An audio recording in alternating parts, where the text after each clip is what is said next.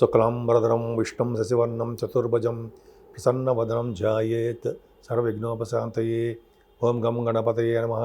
ఓం శ్రీమాత్రే నమః. ఓం శ్రీ గురుభ్యోం నమః. మా ఆది ఆస్ట్రాలజీని చూస్తున్నటువంటి మీ అందరికీ పేరు పేరున నా హృదయపూర్వక నమస్కారాలు.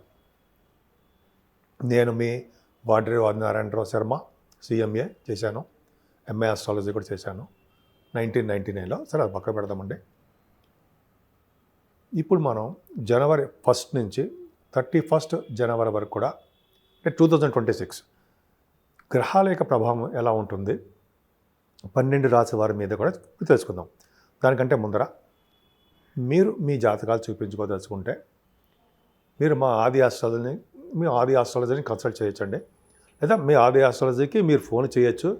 7075389589 7075389589 కాల్ చేయొచ్చు.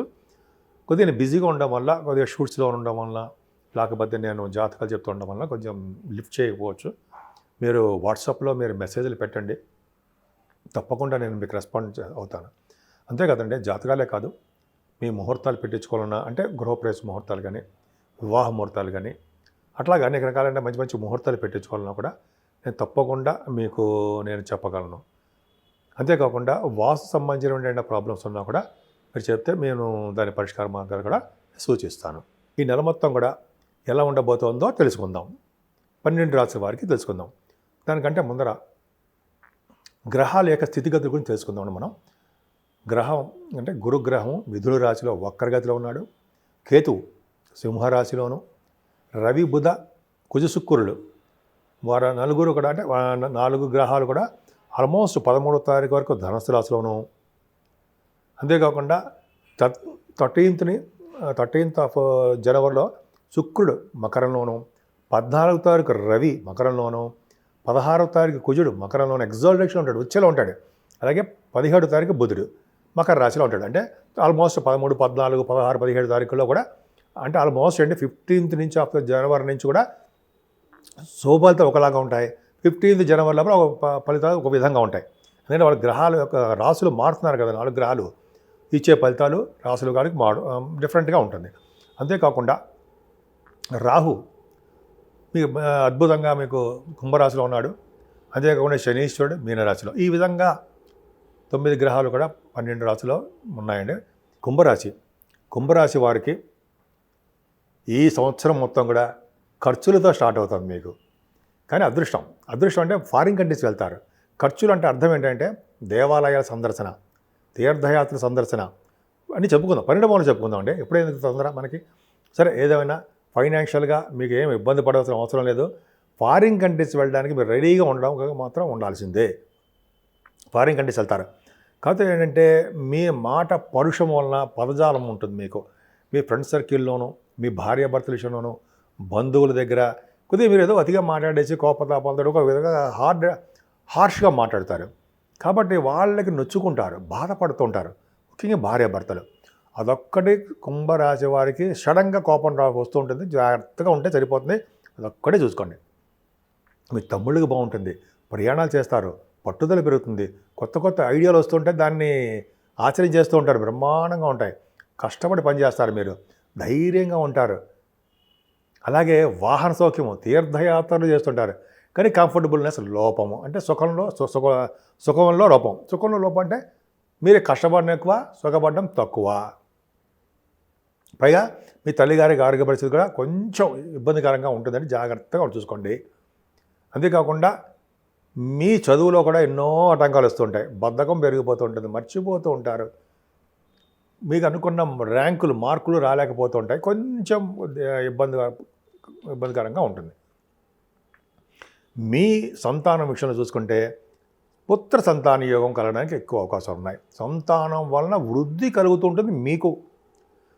సంతానం వలన ధనప్రాప్తి కూడా కలుగుతుంది కూడా ఒక్కొక్క సందర్భాల్లో కూడా. చాలా బ్యూటిఫుల్గా ఉందండి. ముఖ్యంగా కళారంగం గురించి చెప్పుకుందాం. సంగీతం, సాహిత్యం, నృత్యము, డైరెక్షను, తర్వాత ప్రొడ్యూసర్స్ ఇవన్నీ చెప్పుకుంటాం కదా, వాళ్ళందరికీ బాగుంటుంది. ఇంకా సాహిత్య రంగంలో ఉన్న వరకు ఒక స్టెప్ ముందుకేసి చాలా అద్భుతమైన ఫలితాలు మాత్రం సాహిత్య రంగంలో ఉన్న వారికి బాగా ఉంటుంది. అలాగే స్టాక్ మార్కెట్లో కూడా స్టాక్ అండ్ షేర్స్లో కూడా మీకు ధనప్రాప్తి కలుగుతుంది. ఫైనాన్స్ రంగంలో చాలా బాగుంటారు మీరు, లేకపోలేదు. శని ప్రభావం ఉంది, ఏలినాటి శని ప్రభావం ఉంది కాబట్టి నీటి వలన చిన్న చిన్న ప్రాబ్లమ్స్ వస్తాయి. కొద్దిగా జాగ్రత్తగా ఉంటే సరిపోతుంది. మీ మేనమామలకి ఇబ్బంది పడకుండా ఉంటారు. మేనమామల వల్ల ఆరోగ్యము, మీ కోర్టులో విషయానికి సంబంధించిన విషయంలో కోర్టు లా విషయంలో మీకు ఫేవరబుల్గా తీర్పు రావచ్చు, అవకాశాలు ఉన్నాయి. మీ జాతకాల నుంచి ఆధారపడి ఉంటుంది. అలాగే రుణ భయం, రోగ భయం, శత్రు భయం ఇవన్నీ లేకుండా ప్రశాంతంగా ఉండడానికి అవకాశాలు ఉన్నాయి. సేవకా జనం ఉంటారు. కానీ ఒక చిన్న విషయం ఏంటంటే భార్యాభర్తల విషయంలో తగవలాట, మనస్పర్ధలు, చికాకులు, ఆవేశాలు మీ మాట వల్లనే ఉంటుంది. అలాగే ఉంటుందంటే ఆ ప్రాబ్లమ్స్ ఉంటుందని అర్థం. అంతేకాకుండా దగ్గర కొద్ది సంబంధాలు కూడా ఆలస్యం అయిపోతూ ఉంటాయి. ఇక నుంచి ఈ నెల నుంచి వివాహాది వేడుకలు కూడా జరగడానికి అవకాశం ఉంది. కానీ మీరు ఆరోగ్యం గురించి ఎందుకు పట్టించుకోరండి? మీరు ఎంత కష్టపడుతున్నారు, ఎంతో హ్యాపీయెస్ట్గా ఉంటారు.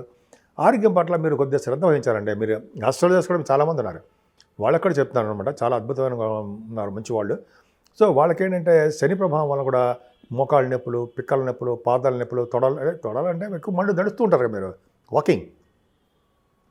సో ఇవన్నీ నొప్పులు ఉంటారు. మన కుంభరాశి వారికి కొద్దిగా ఆరోగ్యాన్ని శ్రద్ధ వహించండి.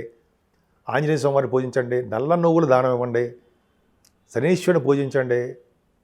శనీశ్వరుని పూజించడం వలన ఒక అద్భుతమైన ఫలితాలు ఉంటాయంటారు కదా, ఆయన పూజించాలండి బాబు. అదే ఆంజనేయ స్వామి వారి యొక్క ఇది ఈ దేవుడి యొక్క ప్రభావం ఉంటేనే మీకు అద్భుతమైన ఫలితాలు ఉంటాయి. అదొక్కటే చూసుకోండి.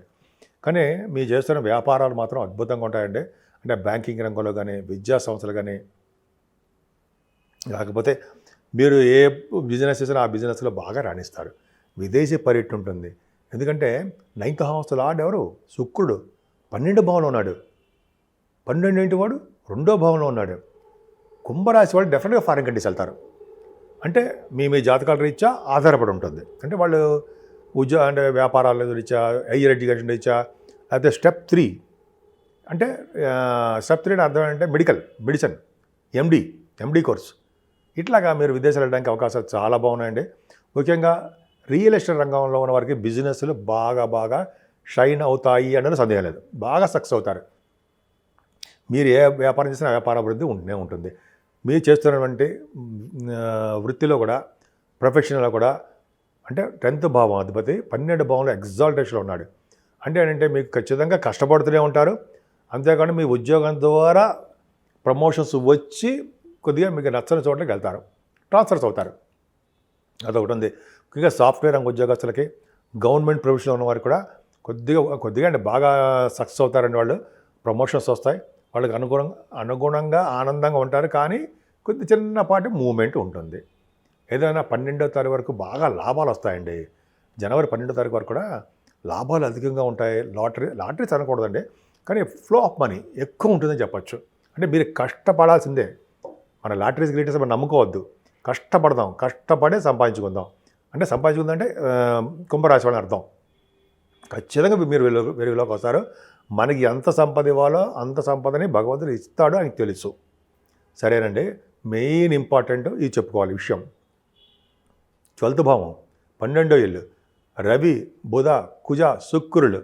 ఈ కాంబినేషన్ ఏంటంటే ఏం మన రవి కుజులు ఉంటే యాక్సిడెంట్స్ అవుతూ ఉంటాయంటాం కదా, అది తప్పండి. అంటే తప్పంటే అర్థం ఏంటంటే మీకు సప్తమాధిపతిగా 12వ భావంలో ఉన్న, సప్తమాధిపతి 12వ భావం అంటే foreign countries. 8th house lord బుధుడు 12వ భావంలో ఉన్నాడు. 9th హౌస్ లార్డ్ శుక్రుడు 12వ భావంలో ఉన్నాడు. అంటే 7, 8, 9 స్థానాధిపతులు ముగ్గురు కూడా 12వ భావంలో ఉన్నారు. అంటే చిన్న ప్రమాదాలు జరగవు, కానీ చిన్న ఇబ్బందులు కలుగుతూ ఉంటాయి. చిన్న ఆపరేషన్స్ అంటారు సరే, ఆపరేషన్స్ సంబంధించిన విషయాల్లోనూ, లేకపోతే చిన్న ప్రాబ్లమ్స్ మీకు ఉండడానికి, ప్రయాణంలో ఇబ్బంది కలగడానికి అవకాశం ఉంది. అంటే మీకున్న డబ్బులన్నీ ఖర్చు పెట్టేస్తూ ఉంటారు. ఆదాయం తక్కువ, వ్యయం ఎక్కువ అంటాం కదా, మీకు ఉంది, ఇప్పుడు తెలిసిపోతుంది. అంతేకాకుండా శుక్రుడి యొక్క ప్రభావం కూడా ఫ్లో ఆఫ్ మనీ ఎక్కువ ఉంటుందండి మీకు. ఏదేమైనా మీరు పూజించవలసిన దేవుడు అమ్మవారు. అమ్మవారిని పూజించడం వల్ల, సూర్య భగవాన్ ఆరాధన వల్ల సకల శుభాలు మీకు కలుగుతాయి. ముఖ్యంగా ఈ నెల మొత్తం కూడా మనకి పరమ పవిత్రమైన మాసం అండి. ముఖ్యంగా 14వ తారీఖునే సూర్య భగవానుడు మకర రాశిలో ప్రవేశిస్తున్నాడు. అంతేకాకుండా ఆ రాశిలోనే కుజుడు ఎగ్జాల్టేషన్లో ఉన్నాడు. సరే పక్కన పెడితే మకర రాశిలోకి సూర్య భగవానుడు సంక్రమణము అంటాం, మకర సంక్రమణము. దానివల్ల ఉత్తరాయణ పుణ్యకాలం స్టార్ట్ అవుతుంది. అప్పటి నుంచి అంటే 14 జనవరి నుంచి ఉత్తరాయణ పుణ్యకాలం స్టార్ట్ అవుతుంది. అంటే మకర రాశి నుంచి కర్కాటక రాశి వరకు సూర్య భగవానుడి యొక్క గమనము ఇదంతా కూడా ఉత్తరాయణ పుణ్యకాలము అంటాం. సరే, అదొకటి. ఆ రోజున సూర్య భగవానుడు చేసేటువంటి పూజలు, దానాలు, హోమాలు, అంతేకాకుండా బంగారం దానము, గోధుమల దానము ఉంటాయి కదా, అటువంటి దానాలు చేసుకోవడము, అన్నదానము, అలాగే సూర్య భగవానుడి ఆరాధన చేయడం వలన సకల శుభాలు కలగడానికి అవకాశం ఉంటుంది. అంతే కదండి, ఈ నెల 14వ తారీఖు కూడా మనకి మకర జ్యోతి దర్శనం ఉంటుంది.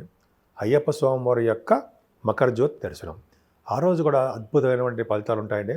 అందుకని ఈ నెల మొత్తం కూడా అయ్యప్ప స్వామిని పూజించడం ఒకటి, సూర్య భగవాన్ ఆరాధన, ఈ ఇద్దరు కూడా చాలా అద్భుతమైన ఫలితాలు ఇస్తారండి. అంటే సూర్య భగవానుడు, అయ్యప్ప స్వామి వారు కూడా అద్భుతమైన ఫలితాలు ఇస్తారు మనకి. అంతేకాకుండా జ్యోతి దర్శనం కూడా మహాపుణ్యం అని అంటాం కదా.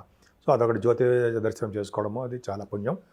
సో ఈ విధంగా చేసుకుంటూ ఉండడము. 6వ తారీఖు కూడా సంకటహరి చతుర్దశి వస్తుందండి. అంటే పౌర్ణమి వెళ్ళినటువంటి చవితి. ఆ రోజు కూడా 6వ తారీఖు, సుమారుగా 6వ తారీఖు అనుకుంటా, ఆ రోజు కూడా ఇలాగా పూజలు చేసుకోవడం వల్ల, వినాయకుడికి గరికతోని పూజ చేయడం వల్ల, స్వామివారికి ఉండ్రాళ్ళ నైవేద్యం పెట్టడం వల్ల సకల దోషాలు కూడా, అంటే 12 రాశుల వారికి ఉన్నటువంటి దోషాలు పరిహారం అవుతాయండి. అంటే కొంతమందికి వివాహాల కోసము ట్రై చేస్తుంటారు, ఉద్యోగాల కోసము, కొంతమంది ఏమో ఫారిన్ కంట్రీస్ వెళ్ళడము, విద్య కోసం ఇలా ప్రయత్నిస్తుంటే ఈ పూజలు చేసుకోవడం అంటే చాలా మంచిది. అంతేకాకుండా రాహుకి, కేతువుకి, శనీశ్వరుడికి కూడా పూజలు చేసుకోవడము, జపాలు, దానాలు, హోమాలు చేయించుకోవడం వల్ల చాలా మటుకు కూడా ఈ చెడు ప్రభావం, అంటే రాహు వలన, కేతువు వలన, శనీశ్వరుడు వలన వచ్చే చెడు ప్రభావాలు మీకు బాగా తొలగిపోయి శుభాలు జరగడానికి ఎక్కువ అవకాశాలు ఉంటాయి. ముఖ్యంగా ఈ నెల మొత్తం కూడా సూర్య భగవానుడిని, సుబ్రహ్మణ్యేశ్వర స్వామిని శివాభిషేకాలు చేసుకోవడం అత్యుత్తమమైన ఫలితాలు ఇస్తాయనలో ఏమాత్రం సందేహం లేదు.